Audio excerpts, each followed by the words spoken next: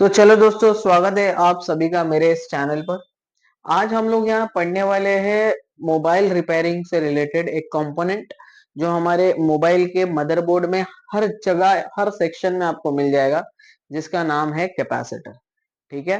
Capacitor को जब हम पढ़ेंगे तो आप ये समझोगे कैपेसिटर हमारे पीसीबी के मदरबोर्ड में बहुत ज्यादा इंपॉर्टेंट रोल प्ले करता है।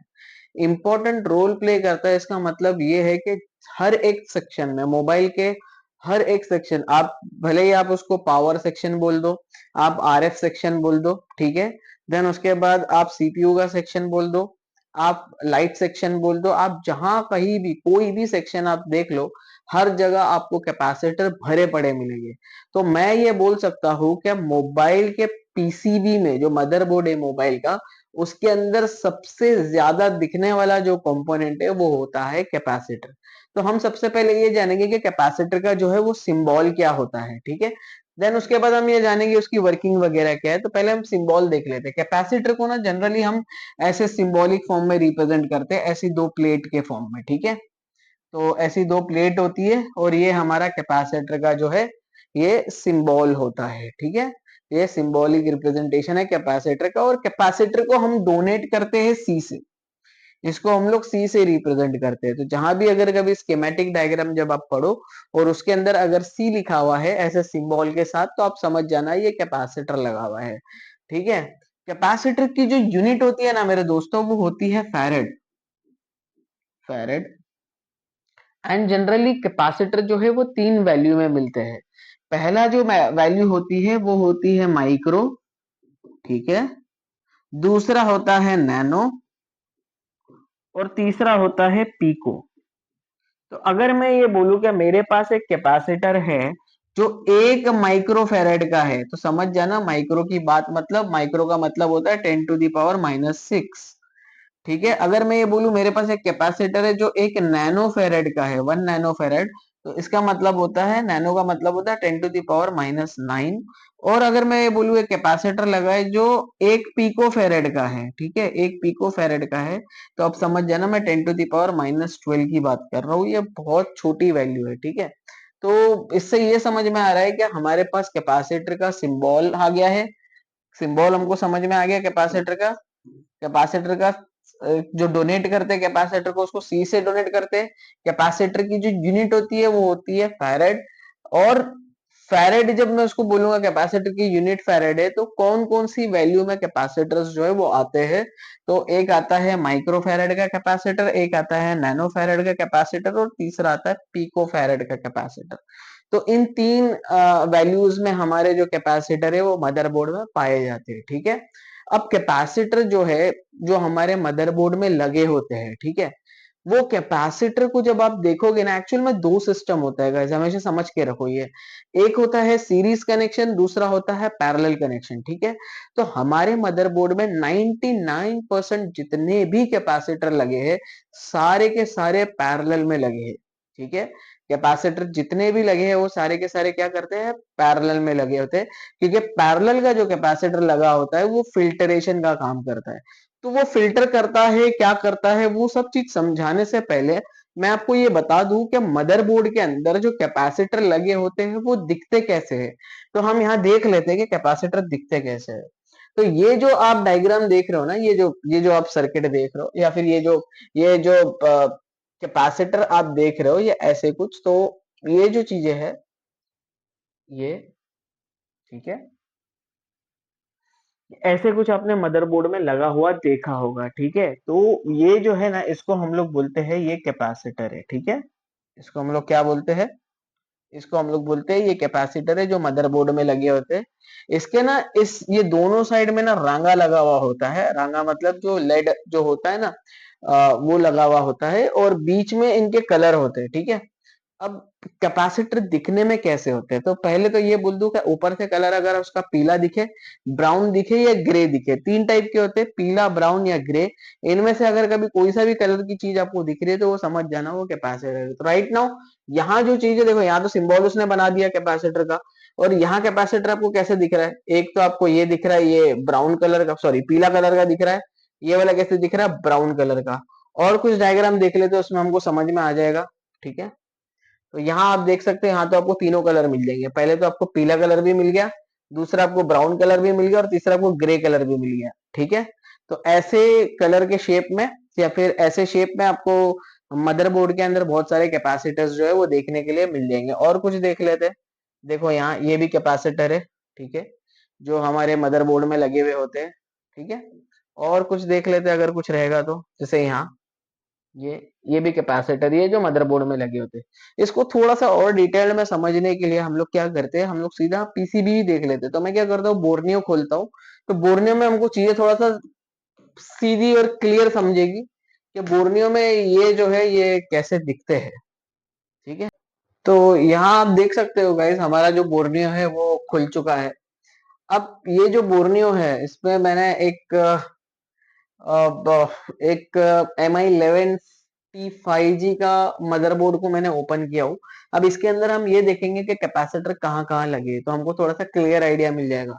तो यहाँ आप देखो कि जैसे मैंने आपको जो पिक्चर्स आपको दिखाया था मैंने कैपेसिटर की, तो यहाँ आप देखो ये जो सेक्शन है ये हमारा ये जो सेक्शन है, इस सेक्शन के आसपास देखो यहाँ कितने कैपेसिटर लगे। तो ये जो दिख रहा है ये कैपेसिटर है, ये कैपेसिटर है, ये लाइन से सारे कैपेसिटर लगे हैं। देखो इस वाले जगह पे भी सारे कैपेसिटर लगे हैं, यहाँ भी सारे कैपेसिटर लगे हैं। ठीक है, यहाँ भी सारे कैपेसिटर लगे हैं। तो आप देखोगे ये आईसी के ना चारों बाजू, तीनों बाजू आपको कैपेसिटर लगे हुए दिख रहे होंगे। फिर आप ये बड़ा वाला आईसी देखो जिसको हम लोग बोलते हैं सीपीयू।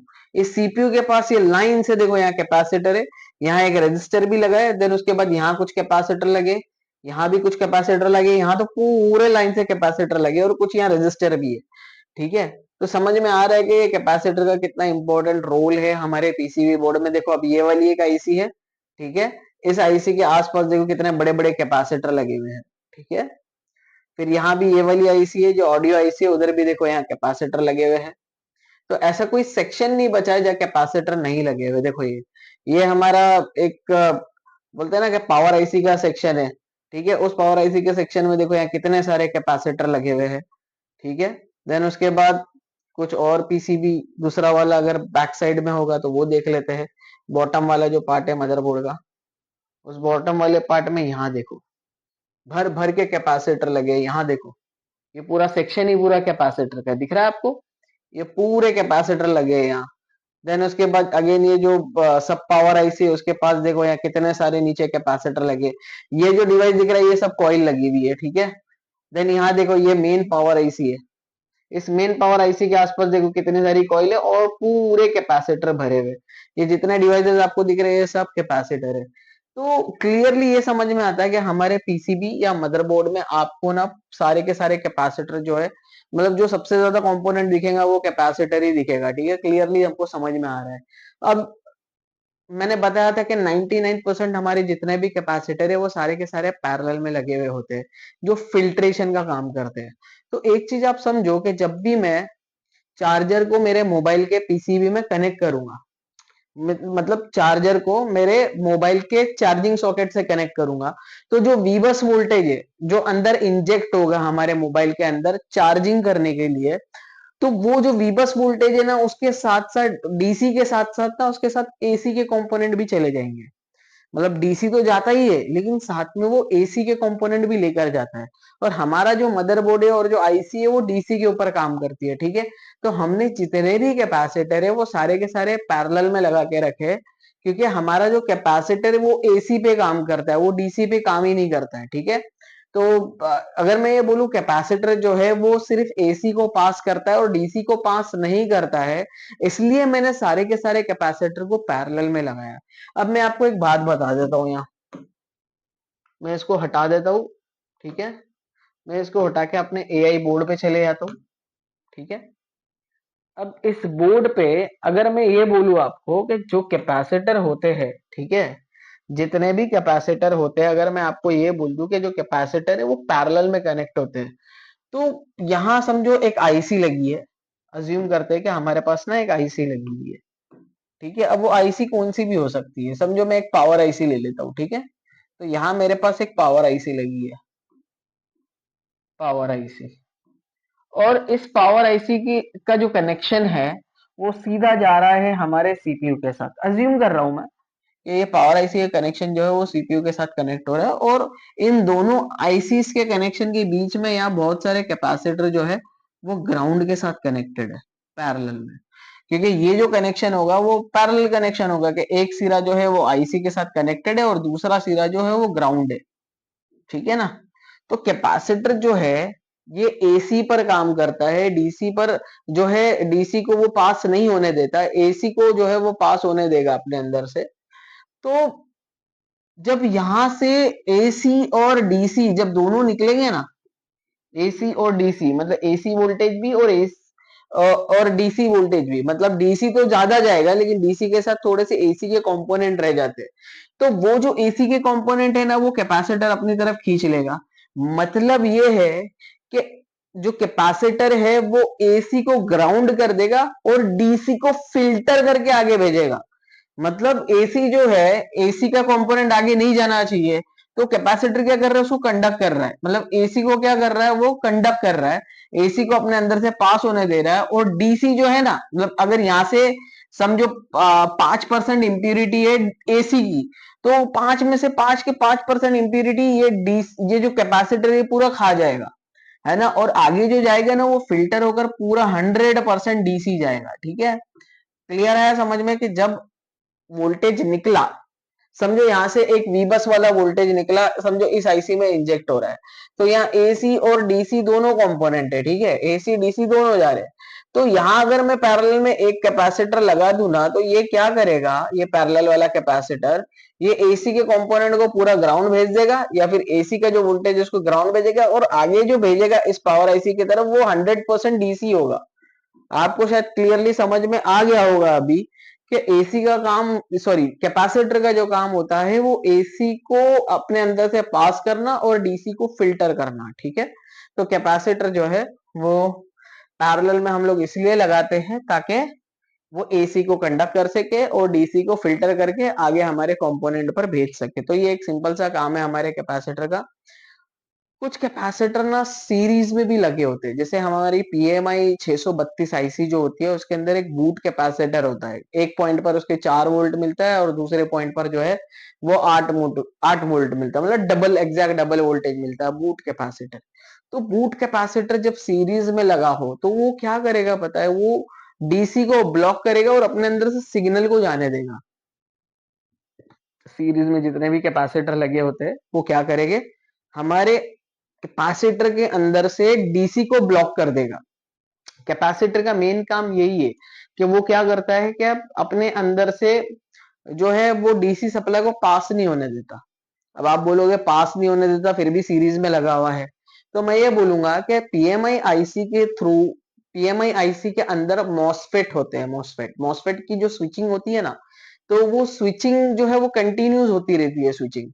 तो कंटिन्यूस स्विचिंग होने की वजह से यहाँ कैपेसिटर के अंदर से जब हमारा स्विचिंग वोल्टेज आएगा, तो जो स्विचिंग वोल्टेज रहेगा ना वो पल्सेटिंग डीसी होगा। जो स्विच होगा वोल्टेज वो पल्सेटिंग डीसी वोल्टेज होगा। तो पल्स के फॉर्म में जब आएगा ना, तो कैपेसिटर एसी पे काम करता है, मतलब फ्रीक्वेंसी पे। तो जब उसको पल्स मिलेगा ना तो वो एज एन एसी पल्स उसको कंडक्ट कर देगा, अपने अंदर से उसको पास कर देगा। तो जनरली वो डीसी को तो ब्लॉक करता है लेकिन एसी के जो सिग्नल्स आएंगे जो पल्सेटिंग फॉर्म में होंगे उनको वो पास कर देगा। तो कभी कभी हम लोग क्या करते हैं कि कैपेसिटर को सीरीज में जब लगाते हैं तो एज अ बूट कैपेसिटर वहां वो जो है वो काम करेगा। अब आप बोलोगे डीसी तो पास नहीं करता, लेकिन हाँ, जब हमारे मॉसफेट जो आईसी के अंदर लगे वो स्विचिंग करेंगे तो पल्सेटिंग डीसी फॉर्म में एक वेव निकलेगी जो अगेन वोल्टेज के फॉर्म में होती है, बार बार स्विचिंग होती रहती है उसके अंदर।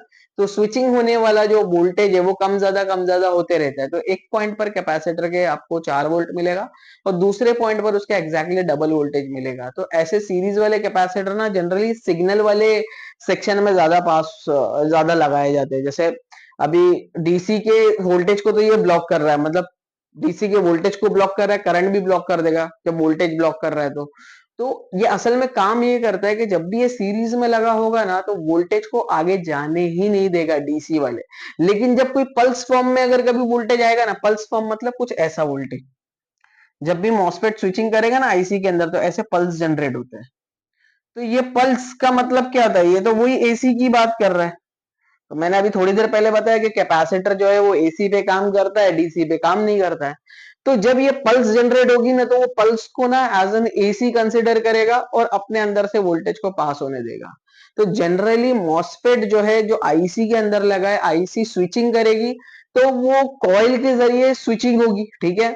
मॉसफेट के अंदर से जब स्विचिंग वोल्टेजेस निकलेंगे, तो वो कॉइल के जरिए स्विचिंग होगी, और कॉइल का जो पॉइंट है, जो स्विचिंग वाला पॉइंट है, वो बूट कैपेसिटर से कनेक्टेड है। तो बूट कैपेसिटर के एक पॉइंट पर आपको 4 वोल्ट मिलेगा, और बिकॉज ऑफ द स्विचिंग जो पल्सेटिंग डीसी सप्लाई निकलेगी, वो कैपेसिटर के दूसरे पॉइंट पर कंडक्ट कर जाएगी, और दूसरे पॉइंट पर वोल्टेज को जो है ना वो बढ़ा देगी। कैपेसिटर का जनरली एक और काम होता है वोल्टेज को स्टोर करना, ठीक है, ये स्टोरिंग डिवाइस भी है, ठीक है। ये अगर मैं बोल दूं ये छोटे छोटे बैटरी जैसा काम करेगी, तो हाँ करेगी, लेकिन एक शॉर्टर टाइम पीरियड के लिए करेगी। तो मदरबोर्ड में 99% जगह अगर मैं बोलूं कि कैपेसिटर लगा है, तो वो सारे के सारे पैरेलल में लगे हैं। देयर आर सर्टेन सेक्शन, कुछ सेक्शन ऐसे हैं जहां कैपेसिटर सीरीज में लगा है, जैसे हमारा पीएमआई आईसी हो गया, ठीक है। देन हमारा जो आरएफ सेक्शन हो गया, जैसे सिग्नल्स वगैरह, जो नेटवर्क सेक्शन हो गया, सिग्नल्स पे हम डील करते हैं। ऑडियो सेक्शंस हो गया, ठीक है, ऑडियो में भी सिग्नल्स ही होते हैं ना। ऑडियो ऑडियो मतलब वो पल्सिंग नेचर वाली चीजें चलती है, तो जब भी सिग्नल को पास करना होगा, तो हम वहां कैपेसिटर लगाते हैं, जो हाई, जिसको हम लोग बोलते हैं हाई पास फिल्टर। जनरली ऐसे कैपेसिटर को हम हाई पास फिल्टर भी बोलते हैं। तो ये सारी चीजें जो है, ये सीरीज और पैरेलल कैपेसिटर में होती है, जहां हम लोग ये बोलते हैं कि ज्यादातर कैपेसिटर पैरेलल में लगे होते हैं, और बहुत कम कैपेसिटर जो है वो सीरीज में लगे होते हैं, ठीक है। अब इसके बाद आगे के सेक्शन हम उस पर चले जाते हैं। अब आती है टेस्टिंग की बारी, कि जब मैं टेस्ट करूंगा, समझो मेरे पास एक मल्टीमीटर है, ठीक है, हम टेस्टिंग अभी हम यही समझ लेते हैं। समझो मेरे पास ये एक कैपेसिटर है, मैं कोई सा भी एक कैपेसिटर ले लेता हूँ समझाने के तौर पे, कि कौन सा कैपेसिटर लूं मैं। समझो मैं यही वाला कैपेसिटर ले लेता हूँ दोस्तों, ये ये एक बड़ा सा कैपेसिटर मैं ले लेता हूँ, ये वाला कैपेसिटर को ले लेता हूँ, ठीक है। अब इस कैपेसिटर को लूंगा, तो मैं अज्यूम करता हूँ कि यहाँ मेरे पास एक मल्टीमीटर है, ठीक है। मेरे पास एक मल्टीमीटर है, उस मल्टीमीटर के दो प्रोब होते हैं। मल्टीमीटर के जनरली हमारे कितने प्रोब होते हैं? दो, एक ये वाला और एक ये वाला। पहला जो प्रोब होता है वो होता है रेड कलर का प्रोब, ठीक है, और दूसरा जो प्रोब होता है वो होता है हमारा ब्लैक कलर का प्रोब, ठीक है। एक रेड कलर का होता है, एक ब्लैक कलर का प्रोब होता है। तो मैं क्या करूंगा, मुझे इस कैपेसिटर की टेस्टिंग करनी है, तो जब मैं इस इस रेड कलर के प्रोब को इस रेड कलर के प्रोब को मैं यहां लगाऊंगा, और इस ब्लैक कलर के प्रोब को जब इस कैपेसिटर के अंदर, मतलब मदरबोर्ड के अंदर, जब मैं इस पॉइंट पर लगाऊंगा, और मल्टीमीटर को रखूंगा मैं बजर मोड पे, या फिर बीप मोड पे, बजर मोड पे रखूंगा। और अगर कभी वैल्यू मुझे ओएल आती है, ओएल मतलब क्या? ओपन, ठीक है। कैपेसिटर की जो वैल्यू होती है ना गाइस, वो बहुत ज्यादा हाई होती है। तो अगर मैं ये बोलूं कि अगर वैल्यू ओपन आ रही है, मतलब ओएल आ रही है, तो मतलब हमारा कैपेसिटर एकदम ठीक है, कोई प्रॉब्लम नहीं है। और अगर कभी यही दोनों लगाने के बाद अगर कभी वैल्यू जो आ रही है वो आ रही है जीरो, अगर ये जीरो वैल्यू आ रही है, तो मतलब ये हो गया शॉर्ट।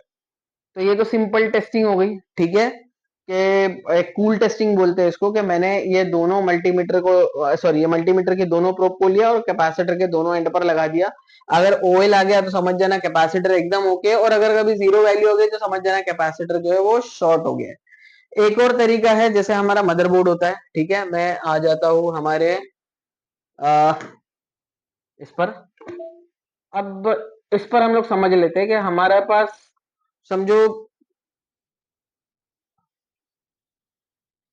समझ लेते हैं इस चीज को कुछ इस तरीके से, कि मेरे पास अगेन एक मल्टीमीटर है, ठीक है। मेरे पास यहाँ एक मल्टीमीटर है, इस मल्टीमीटर की दो प्रोब होती है, एक होती है रेड वाली और दूसरी होती है प्रोब कौन सी? ब्लैक वाली, ठीक है, रेड और ब्लैक वाली प्रोब होती है। ये मल्टीमीटर है, ठीक है, जिसको मैंने अभी बजर मोड पे सेट करके रखा हूं। मल्टीमीटर, जिसको मैंने बजर मोड पे सेट करके रखा हूं। तो अभी मैं क्या करूंगा, ये जो रेड वाली प्रोब है ना, ये जो रेड वाली प्रोब है ये जो रेड वाली प्रोब है, इस रेड वाली प्रोब को मैं ग्राउंड पे लगाता हूँ, और ब्लैक वाली जो प्रोब है, इस ब्लैक वाली प्रोब को मैं लगा देता हूं किसी भी कैपेसिटर के इस टर्मिनल पर।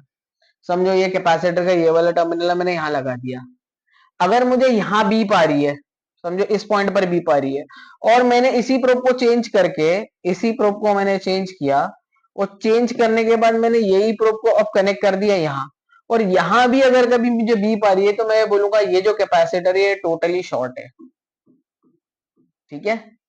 और अगर मैं ये बोलूं, अगर मैं ये बोलूं कि एक टर्मिनल मैंने यहां लगाया है ना, ग्राउंड पर इसका, ठीक है, और दूसरा टर्मिनल अगर मैं यहां लगा रहा हूं, और मुझे वैल्यू अगर कभी ओएल आ रही है या कुछ वैल्यू देके छोड़ दे रहा है, या एक बीप आके छूट जा रहा है, तो मैं समझूंगा कैपेसिटर जो है वो एकदम ओके है। ठीक है। एंड दूसरी जगह पे अगर बीप आ रहा है, तो मैं समझ जाऊंगा ये जो कैपेसिटर है वो ग्राउंड है। तो एक जगह पे अगर कभी ओएल रीडिंग आ रही है और दूसरी जगह पे अगर कभी बीप आ रही है, तो मैं समझ जाऊंगा कैपेसिटर एकदम ओके कनेक्टेड है मदरबोर्ड में। तो ये है हमारी टेस्टिंग। ठीक है। और इससे हमको ये समझ में आता है कि मैक्सिमम जो कैपेसिटर होते हैं वो हमारे पैरेलल में कनेक्टेड होते हैं, और टेस्टिंग भी हमको यहाँ इजीली समझ गई है मल्टीमीटर के थ्रू। अगर दोस्तों कैपेसिटर से रिलेटेड और अगर कभी डिटेल्ड में जानकारी चाहते हो और कैपेसिटर को थोड़ा सा और डिटेल में समझना चाहते हो, तो आप प्लीज मुझे कमेंट बॉक्स में कमेंट करो कि हाँ मुझे कैपेसिटर और अच्छे से सीखना है।